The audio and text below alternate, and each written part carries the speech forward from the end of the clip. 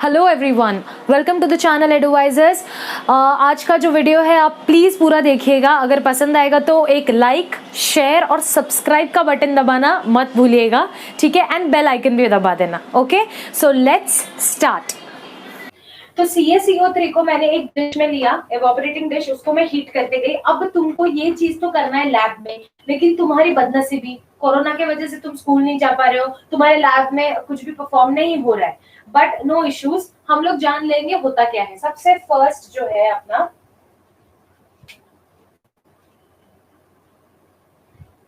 Limestone powder. Limestone powder को हम लोग लिखते हैं CaCO3। Limestone powder is heated. तो मैंने उस दिन बताया था, कोई भी रिएक्शन में अगर हीट का इन्वॉल्वमेंट है तो एरो डाल के ऊपर क्या डालना है, ट्राइंगल। ये सारे टर्म्स हम लोग देखेंगे। कहाँ देखेंगे स्टूडेंट्स? जो अपना गाइडलाइंस है ना, how to write reactions, chemical equations, वहां पे देखेंगे। तो अभी सिर्फ सुन लो, CaCO3 को जब हम लोग हीट करते हैं तो क्या मिलता है? कैल्शियम ऑक्साइड प्लस CaO बन गया। बचा क्या? एक C बचा, एक O इसमें से गया इधर, तो बचा कितना? 2O, तो CO2। समझ में आ रहा है? Yes everyone. CO2 क्या है? गैस है, तो हमेशा गैस को रिप्रेजेंट करना रहता है अपर एरो में से। समझ में आ रहा है? हमेशा कोई भी गैस अगर रिलीज होता है उसको अपर एरो से रिप्रेजेंट करने का। Understood? Now CaCO3 is what? Calcium carbonate. मतलब कैल्शियम कार्बोनेट बोल सकते हो, या तो उसको बोल सकते हो लाइमस्टोन पाउडर बोल सकते हो, ठीक है? तो उसको जब हमने हीट किया, हीट करते हैं तो हम लोग यहाँ पे ट्राइंगल का सिंबल डालेंगे। उसके बाद जब हीट करने के बाद क्या बन जाता है? एक तो इवोपरेट हो जाएगा गैस। क्या इवोपरेट होगा? CO2 इवोपरेट होगा, लेकिन बचेगा क्या? Calcium oxide. Understood? Calcium oxide भी इसको बोलते हैं, या तो इसको स्लेक्ड लाइम बोलते हैं। क्या बोलते हैं? Slaked lime, SLAKED, slaked lime और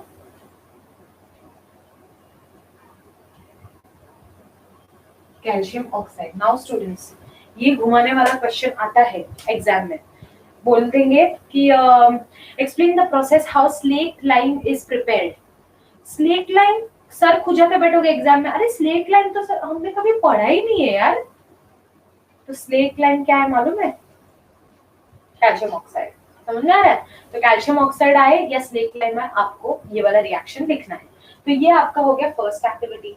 अब यहाँ पे स्टूडेंट्स देखो, ये किस टाइप का रिएक्शन है, सिर्फ एक ओवरव्यू ले लो। हम लोग टाइप्स ऑफ रिएक्शंस अलग से करने वाले हैं, ठीक है?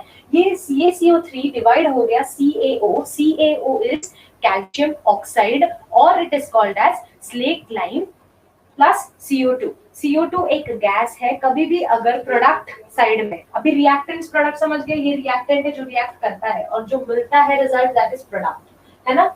तो प्रोडक्ट साइड में अगर कोई भी गैस बनता है तो उसको अपर एरो से दिखा देने का। खत्म हो गया। नेक्स्ट स्टूडेंट्स, अभी ये CaCO3 एक खुद एक कंपाउंड था, लेकिन रिएक्ट जब हीट किया हमने तो वो डिवाइड हो गया दो कंपाउंड्स में। तो क्या हो गया? वो डिकम्पोज हुआ। उसको बोलेंगे हम लोग डिकम्पोजिशन रिएक्शन। समझा? तो डीकम्पोजिशन रिएक्शन आगे आपको आने वाला है। टाइप्स ऑफ रिएक्शन में decomposition reaction, displacement reaction, oxidation, reduction.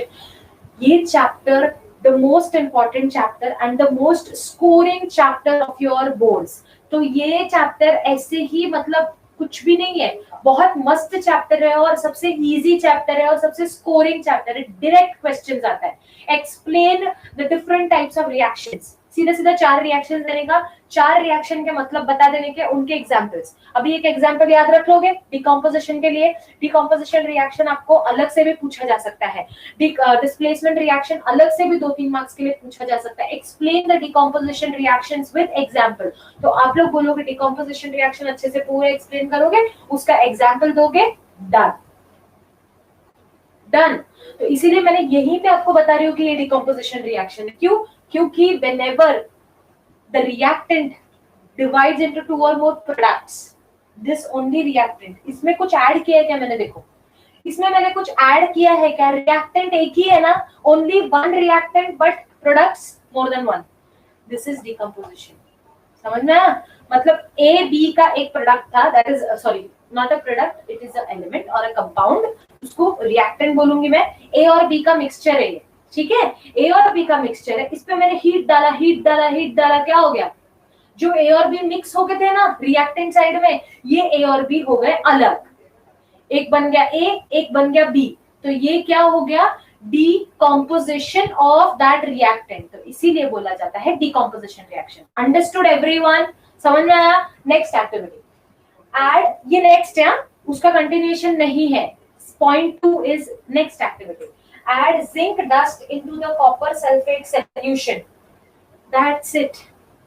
Add zinc dust into the copper sulfate solution. Now, क्या बोला है? जिंक, जिंक को कैसे लिखने का? ऐसे लिखने का। Okay, this is what, this is a chemical equation, this is a chemical equation. अभी मैं एक और चीज आपका स्टूडेंट्स क्लियर करती हूँ, ये chapter is fully based on chemical changes. हमने फिजिकल चेंजेस पढ़ा, हमने केमिकल चेंजेस पढ़ा, बराबर। फिजिकल से अपने को लेना देना नहीं है, फिजिकल जान के क्या करेंगे? हमको ये पढ़ना है वाटर से आइस कैसे बनता है, बैठ जाओ अंदर फ्रीजर के अंदर घुस जाओ, देखते रहो कैसे आइस बनता है, हमको वो नहीं देखना है। We are not interested, we are interested in chemical changes. तो जहां केमिकल चेंजेस आया वहां आएगा केमिकल रिएक्शंस। केमिकल चेंजेस को बताने के लिए क्या आएगा? Chemical reactions. तो रिएक्शन को हम लोग देख सकते हैं क्या स्टूडेंट्स? हम देख सकते हैं कि केमिकल रिएक्शन कैसे हो रहा है अंदर?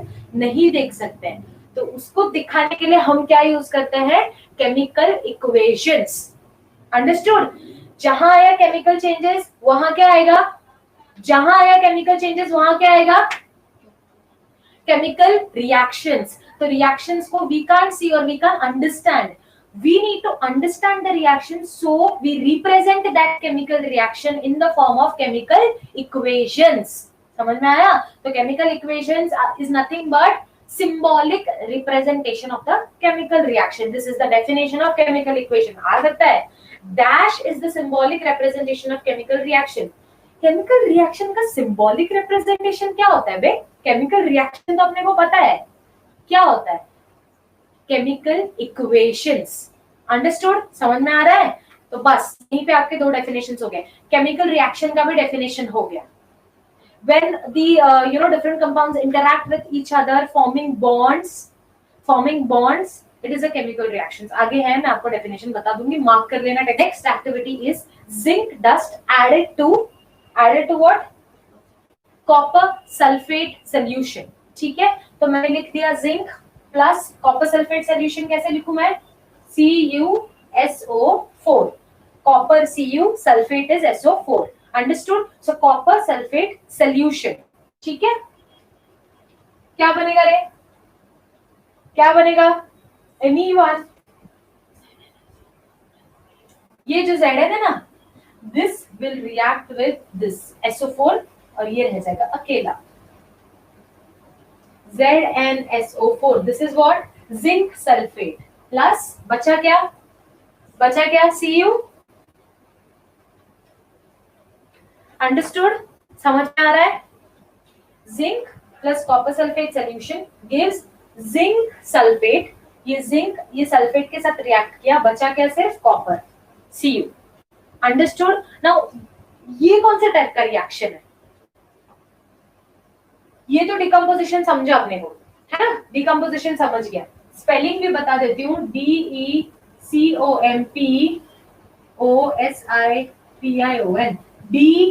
DECOMPOSITION, decomposition. अंडरस्टूड? जिंक के साथ सी, ये कैटायंस और एनायंस का खेल होता है एक्चुअली। पॉजिटिव एंड नेगेटिव पता है ना? कैटायंस एनायंस मिलके एक बनता है chemical, you can say element और कंपाउंड। ठीक है, तो अब क्या करेगा? ये पॉजिटिव है और ये नेगेटिव है। See, this is positive, this is negative, this is positive, तो ये पॉजिटिव रिएक्ट करेगा ये नेगेटिव के साथ। अंडरस्टैंड? हमेशा याद रखना, कभी भी कॉम्बिनेशन बनाते हो तो पॉजिटिव नेगेटिव के साथ जाएगा। पॉजिटिव जिंक और कॉपर कभी नहीं बनाएंगे साथ में, वो लोग नहीं जोड़ी बनाएंगे। क्या कौन बनाएगा? Positive plus negative. ये इन डेप्थ पूरा 11th स्टैंडर्ड में है, अभी उतना डेप्थ में मत जाओ, इतना समझ लेना कि positive will react with always negative. ठीक है, तो zinc will react with sulphate, बनेगा क्या? Zinc sulphate. यहाँ पे बचा सिर्फ कॉपर। तो यहाँ क्या हो रहा है स्टूडेंट्स, कुछ देख रहे हो? ये जिंक आ गया और इसका जगह ले लिया, समझा? ये जिंक आके कॉपर, पहले कॉपर सल्फेट था तो कॉपर का जगह ले लिया, तो क्या किया इसने? डिस्प्लेस किया, उसको डिस्प्लेस कर दिया। भाई तू हट, अभी मैं आ गया, अभी मैं रहूंगा उसके साथ, समझा? तू निकल। तो कॉपर निकला, जिंक उसके जगह पे आ गया, तो कॉपर, जिंक ने कॉपर को डिस्प्लेस कर दिया, तो this is displacement reaction. Understood? Next add potassium chromate solution to barium sulphate solution. क्या आएगा? पोटेशियम क्रोमेट का आपको फॉर्मूला दिया गया है स्टूडेंट्स यहाँ पे। Potassium chromate is K2, potassium is K, potassium chromate is K2CrO4, potassium chromate, okay. इसके साथ क्या करना है रे? add potassium chromate solution to barium sulfate solution. Barium sulfate is Ba, sulfate is SO4. Copper sulfate, copper is Cu, sulfate is SO4. समझा? ये हो गया, क्या बनेगा? पॉजिटिव नेगेटिव के साथ रिएक्ट करेगा। अब यहाँ पे पॉजिटिव नेगेटिव कौन रहेगा? यहाँ पे पॉजिटिव नेगेटिव क्या रहेगा और यहाँ पे पॉजिटिव नेगेटिव क्या रहेगा? ये रहेगा पॉजिटिव, ये रहेगा नेगेटिव, ये दोनों साथ में है। क्रोमेट है, पोटेशियम क्रोमेट, बेरियम सल्फेट, समझना? तो ये किसके साथ रिएक्ट करना चाहिए? ये पॉजिटिव इसके साथ, ये पॉजिटिव इसके साथ, समझना? तो क्या बनेगा बताओ? नाम बता सकते हो? क्या बनेगा बता सकते हो? ये था पोटेशियम क्रोमेट और ये था बेरियम सल्फेट, बराबर। अब ये जो पोटेशियम इसके साथ गया तो क्या बन गया? Potassium sulphate. अब ये बेरियम इसके साथ गया तो क्रोमेट। अंडरस्टूड? लिखो K2SO4 प्लस BaCrO4। नाम लिख सकते हो? These are the tricks, students. These are the tricks.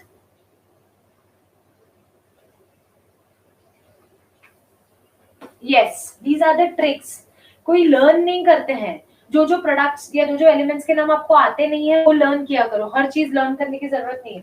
आपको ये दे दिया है पोटेशियम क्रोमेट और बेरियम सल्फेट, बराबर। मैंने आपको बताया पॉजिटिव नेगेटिव कर दो, तो ये पॉजिटिव पोटेशियम क्रोमेट, ये पूरा CrO4 है। अब किसी किसी को आएगा डाउट, मैम इधर तो दो है, Cr भी है, O भी है। अरे क्रोमेट मतलब CrO4 पूरा, उसको भी टुकड़े टुकड़े करोगे तो करो, पॉजिटिव नेगेटिव न्यूट्रल सब करते बैठो, वो सब नहीं होगा।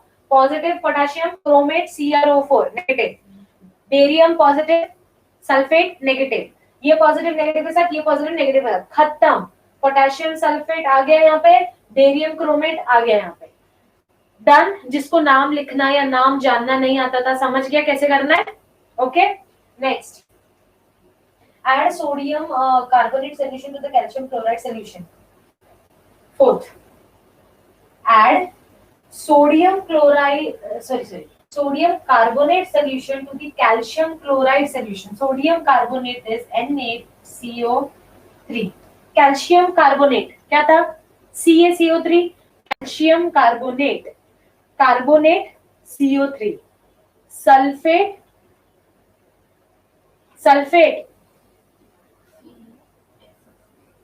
SO4, सल्फेट को लिखोगे SO4, कार्बोनेट लिखोगे CO3। मैंने बोला अगर कैल्शियम कार्बोनेट क्या लिखोगे? CaCO3। Sodium carbonate Na2CO3। तो ये अब 2 क्यों हुआ, 3 क्यों हुआ? These are in-depth concepts in your 11th standard. You will come to know everything. अभी सिर्फ लर्न करो, ठीक है? अभी Na2CO3 हो गया, सोडियम कार्बोनेट। नेक्स्ट क्या बोला? Solution to the calcium chloride, CaCl2। क्या मिलेगा? क्या मिलेगा?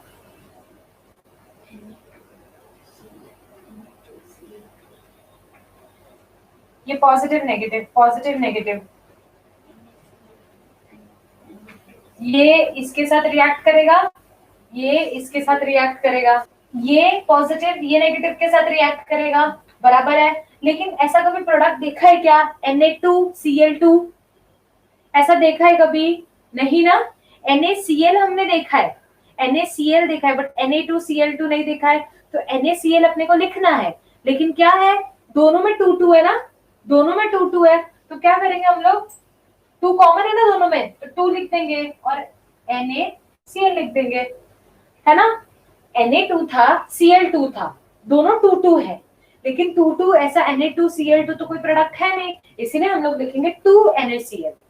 समझ में आ गया? 2NaCl बचा क्या, ये पॉजिटिव ये नेगेटिव के साथ CaCO3। What is CaCO3? Calcium, CO3 is carbonate, Na2CO3 is sodium carbonate. ये क्या बन गया, सोडियम क्लोराइड।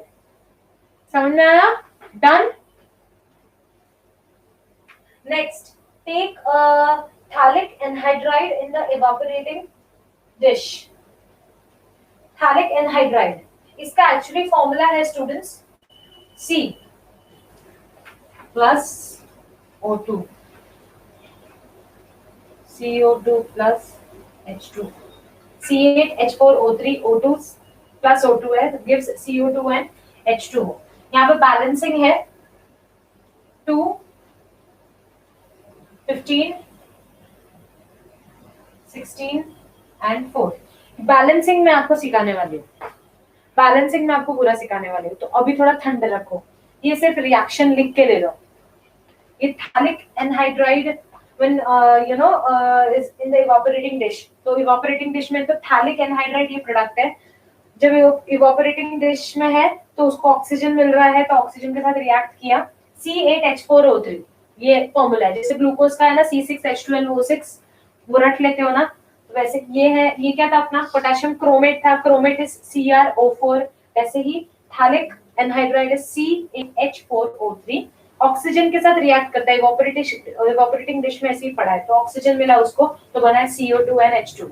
ठीक है, इतना लिख लो स्टूडेंट्स। उसके बाद ना नीचे तुमको 2 पैरा दिया गया है, पता है उसमें क्या है, उसमें क्या है पता है, फिजिकल चेंजेस, केमिकल चेंजेस, ठीक है, दोनों के बारे में बताना है। केमिकल रिएक्शन क्या है, केमिकल इक्वेशन क्या है, दैट्स इट, जो हमने ऑलरेडी कर लिया है। ओके, तो इसमें से आप लोग डेफिनेशंस लिखोगे। यहाँ पे दिया गया है, देखो, a physical change takes place due to change in the parameters. Physical change takes place due to change in the parameters. What are the parameters? Temperature, pressure, ठीक है, तो ये पैरामीटर्स है। जब डेफिनेशन आता है तो ये डेफिनेशन लिखोगे, या तो आप सीधा सीधा ये लिख सकते हो, physical change takes place when there is a change in the state of the matter but the composition of the matter remains same।